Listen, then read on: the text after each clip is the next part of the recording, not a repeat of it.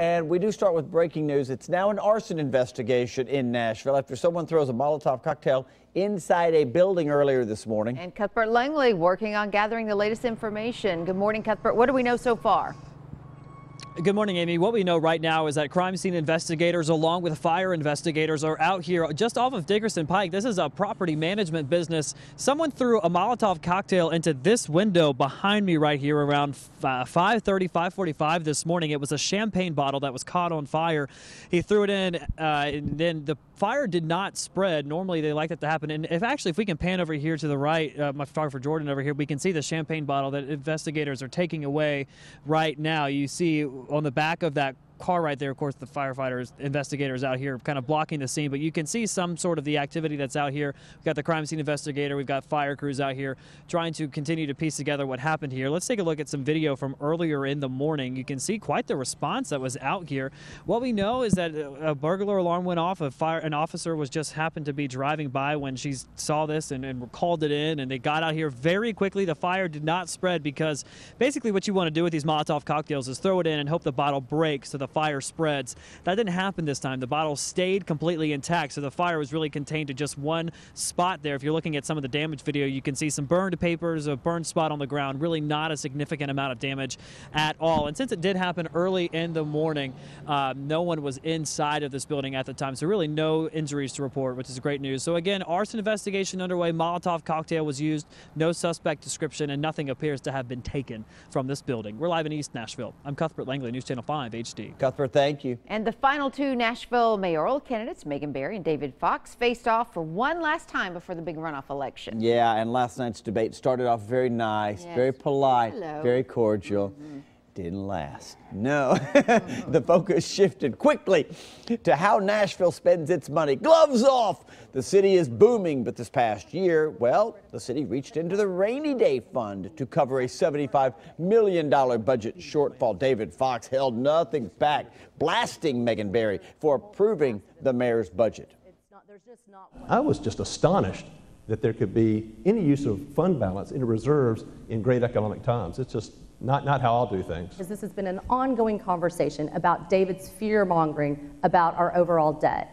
Our debt is in a place where our outside investors, Moody's, rating organizations look at us and say, you have been conservatively, physically responsible. Ooh, thought Rory Johnson was going to have to put on the referee jersey and stand in between them for a moment there. If you missed the debate last night, we'll be re-airing it right here on News Channel 5 Plus today at 11. Again, we're going to re-air that thing today at 11 right here on the Plus. We also have clips on our website, newschannel5.com. While you're there, take the poll. News Channel 5 is conducting the only independent scientific poll on the mayor's race. We're partnering with our friends at Jacobian Research to find out how you feel about the candidates and the issues facing our city. Remember, early voting is already underway. The runoff election is September the 10th. And Steve, new developments in the ongoing fight over abortion rights here in Tennessee. Several lawmakers are now urging Governor Bill Haslam to do more to control abortion providers. The issue came to light in recent weeks after video surfaced allegedly showing representatives of Planned Parenthood meeting to discuss the sale of fetal tissue. Last week, lawmakers held a special session with the director of the Department of Health, asking him how his department oversees this sale of tissue. Some of those lawmakers are showing an apparent lack of confidence in the department, so they want the governor to enact new rules. And those emergency rules include providing a chain of custody for the fetus until it's properly disposed, creating a hotline for reporting any illegal activity at the clinics, and also authorizing TBI officials to investigate abortion facilities.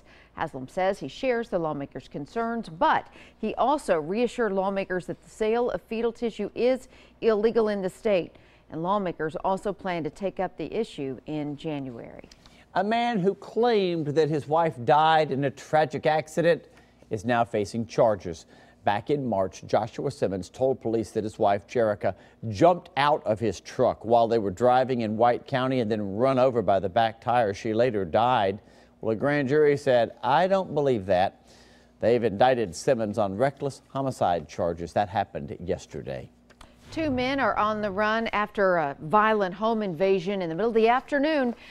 Police say the men broke into an apartment on Glastonbury Road just before 1:30. Then they tasered and pepper sprayed the man who lived there before locking him in the bathroom and then ransacking the apartment. So if you have any information, call Crime Stopper 615-74-CRIME.